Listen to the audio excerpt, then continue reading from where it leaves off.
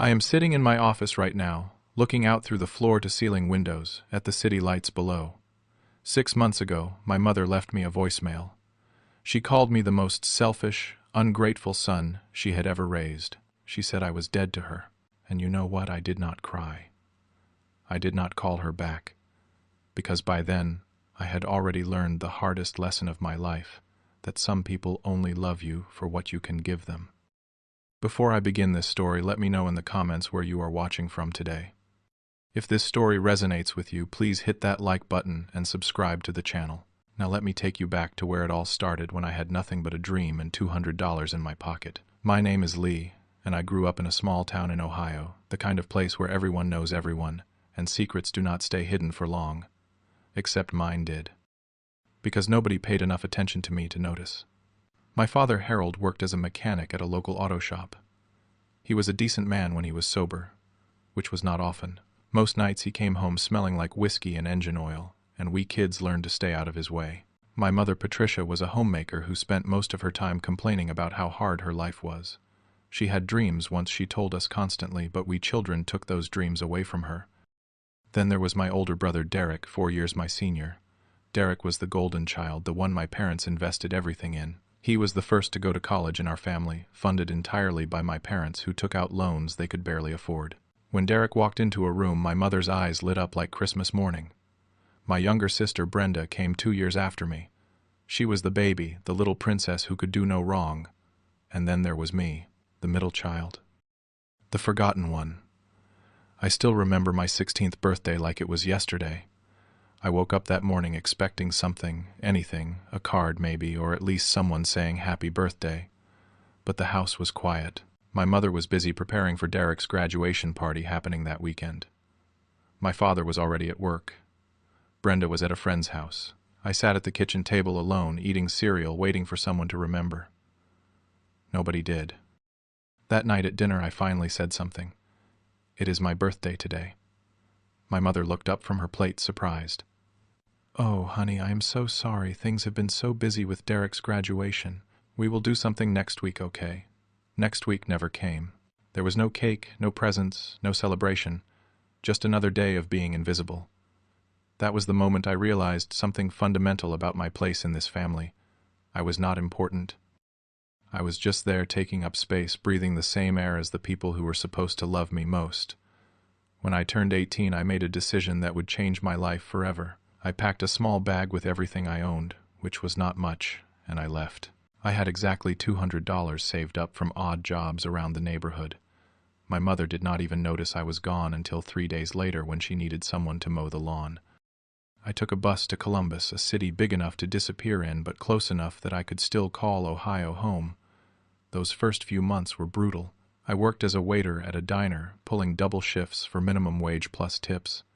I delivered pizzas at night. On weekends, I washed cars at a detailing shop. I rented a tiny room in a house with 4 other guys, all of us struggling, all of us dreaming of something better. My diet consisted mainly of instant noodles and whatever leftovers I could bring home from the diner. I lost 15 pounds that first year, not because I wanted to, but because I could not afford to eat properly. But here is the thing about hitting rock bottom: you discover what you are truly made of.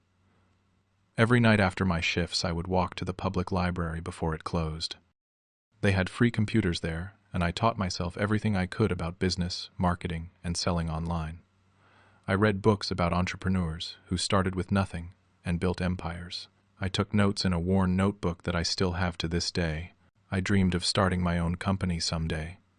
Not because I wanted to be rich, but because I wanted to prove that I was worth something, that I was not just the forgotten middle child, that I could be somebody. During my first Thanksgiving away from home, I called my mother. I was feeling lonely, missing the smell of her cooking, even missing the chaos of our dysfunctional family. The phone rang 4 times before she picked up. "Hello, hi Mom, it is Lee. Happy Thanksgiving." "Oh, Lee." Her voice was distracted. "I cannot really talk right now. We are getting ready for the party. Derek just got a promotion at his job. Can you believe it? We are so proud of him."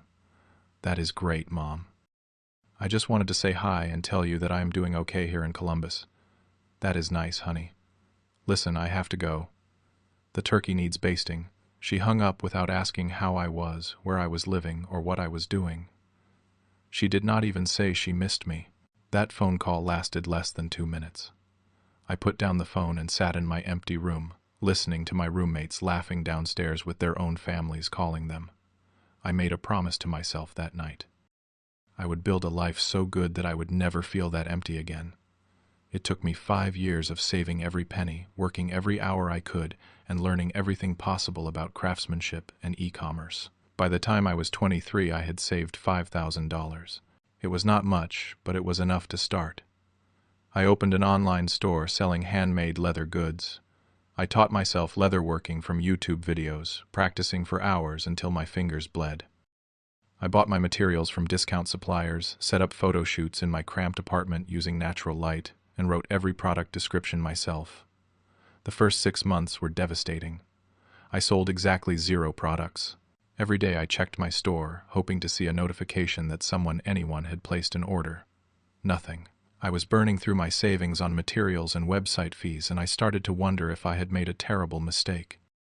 I was ready to give up when something unexpected happened. A popular lifestyle blogger stumbled across my store and reviewed one of my wallets. She loved the craftsmanship, the attention to detail, the quality of the leather. Within a week, I had more orders than I could handle. For the next several years, I worked 18 hours a day, sleeping only 4 hours a night. I did not take vacations. I did not have a social life. I poured everything I had into building this business, this dream that had kept me alive during my darkest days.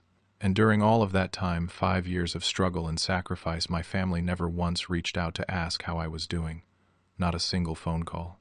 Not a single text message. Nothing.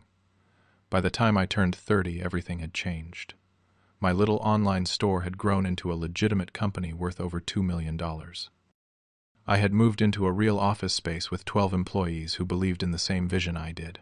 I bought a beautiful apartment in downtown Columbus, the kind of place I used to walk past and dream about living in someday. A local business magazine did a feature story on me, the young entrepreneur who built a successful company from nothing. The article went viral on social media, shared thousands of times. My face was everywhere, attached to headlines about the American dream and self-made success. For the first time in my life, I felt proud of who I was. I wanted to share this moment with my family. Despite everything, despite the years of being ignored and forgotten, I still craved their approval. I still wanted my mother to look at me the way she looked at Derek. I still wanted my father to say he was proud of me, so I called home. My mother answered on the first ring, something she had never done before when she saw my number. "Lee. Oh my goodness, I just saw the article about you. We are so proud of you, honey. I always knew you would do great things." I was stunned. This was not the mother I remembered. Her voice was warm, interested, genuinely excited to hear from me. For a moment, I let myself believe that things had changed. What followed was a complete transformation in my family dynamics. Suddenly, everyone wanted to be part of my life. My mother started calling every few days, asking about my work, my apartment, my health. She said things like, "I miss you, and we should have been closer all these years." My heart ached, with a mixture of joy and suspicion. My father reached out next. Harold, the man who barely acknowledged my existence growing up, suddenly wanted to reconnect. I was not the best father, he admitted over the phone, his voice gruff with what sounded like genuine regret. "But I want to make things right. Maybe we can grab a beer sometime, bond like father and son should." Then Derek called. My golden child brother, who had not spoken to me in nearly a decade. He was going through a rough patch, he explained. Lost his job due to company downsizing. His wife left him, took the kids, and he was struggling to get back on his feet. He said he was sorry for not being there for me growing up, that he wanted us to be brothers again. Even Brenda appeared. She was married now to a man named Victor who, as I would later learn, had a serious gambling problem. She said she had always felt bad about how I was treated as a kid, that she wanted to make amends. I was overwhelmed with emotion. After all these years, my family finally wanted me. They finally saw me as someone worth knowing. I told myself that success had opened their eyes, that they realized their mistake and genuinely wanted to reconnect. I invited them all to visit my apartment in Columbus. I spent an entire week preparing for their arrival. I cooked my mother's favorite pot roast using a recipe I found online since she never taught me. I bought thoughtful gifts for each of them. A new fishing rod for my father, a designer watch for Derek, a beautiful scarf for Brenda, and a pearl necklace for my mother. The reunion dinner went better than I could have imagined. My family walked through my apartment in awe, commenting on the view, the furniture, the success I had built. My mother hugged me tighter than she ever had. Derek clapped me on the back and said he was proud to be my brother. For one beautiful evening, I felt like I belonged. At the end of dinner, as we were finishing dessert, my mother casually mentioned that Derek was having trouble making rent. "It is just temporary," she said, "until he gets back on his feet." I did not hesitate. I transferred $5,000 to Derek's account before he even left my apartment that night. His eyes filled with tears as he thanked me. "I will pay you back," he promised. "Every cent." A week later, Brenda called me crying. Victor's gambling debts had caught up with them. Debt collectors were threatening them, and she was terrified. "I do not know who else to turn to," she sobbed. "You are the only one who can help." My heart broke for my little sister. I wired her $10,000 that same day. Then my father needed $3,000 for car repairs. His old truck had broken down, and without it, he could not get to work. How could I say no? Over the next 3 months, I gave my family nearly $30,000 in total. Each time I told myself it was the right thing to do. This is what family is for, I reasoned. We help each other. They would do the same for me. Looking back, I can see how naive I was. I was so desperate for their love, so starved for their approval, that I ignored every warning sign.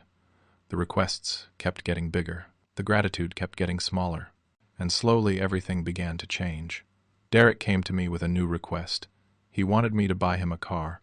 Not help with repairs, not a loan for a down payment. He wanted me to purchase a brand new vehicle outright. "Your car is nicer than anything I have ever owned," he said, not asking but demanding. "It does not look right for your brother to be driving around in a beat-up old sedan." My mother called next. She and my father had been talking, and they decided it was time to renovate their house. The same house where I grew up, invisible, where my birthday was forgotten, where I learned that I did not matter. She wanted me to pay for it because, as she put it, "That house is your childhood home too. You have a responsibility." Brenda's request was the most shocking.